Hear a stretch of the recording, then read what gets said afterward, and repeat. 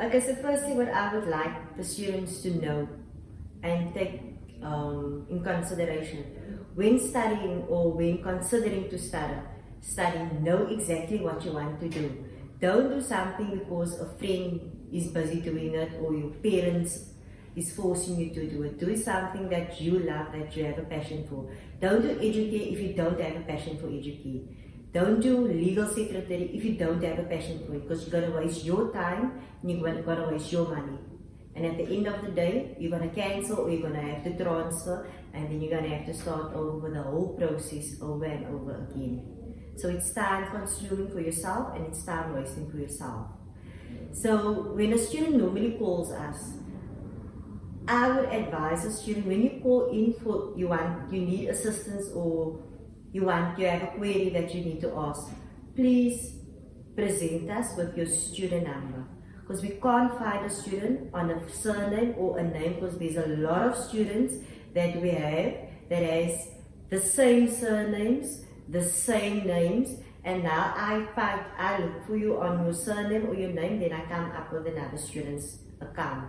So please do, if you call in or you send a query in via email, always put your student number in the subject line, or even your ID number in the subject line, and that will be assisting us very much. So what students normally ask us when they register, when do I get my books? So books only gets dispatched once you've made your first payment, once you submitted your documentation. So the importance of the documentation is the system will not allow us to push out any books if your application form hasn't been submitted, your ID copy and your matric certificate.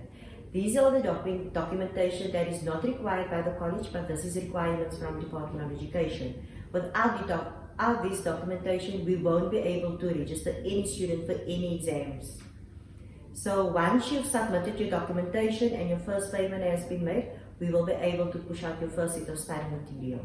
The moment you receive your study material, upon that day you're receiving your study material, there's no due date for assignments, but we advise the students, upon receiving study material, you take 30 days to submit your assignments.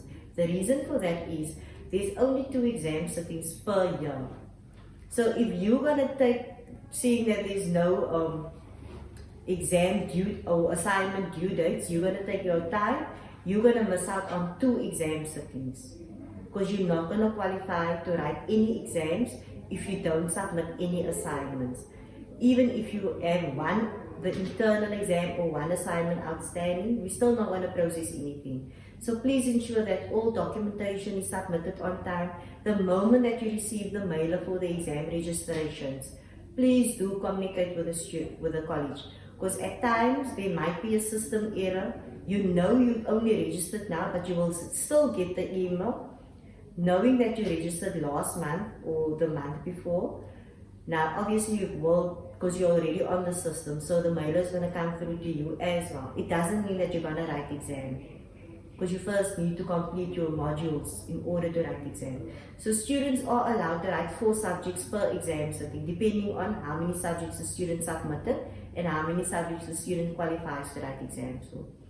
Exams, I would really advise the students, take the exams very seriously, because every time you cancel your exams, it's going to be a penalty fee that you're going to pay as the student, and it's R1,000 penalty fee per subject.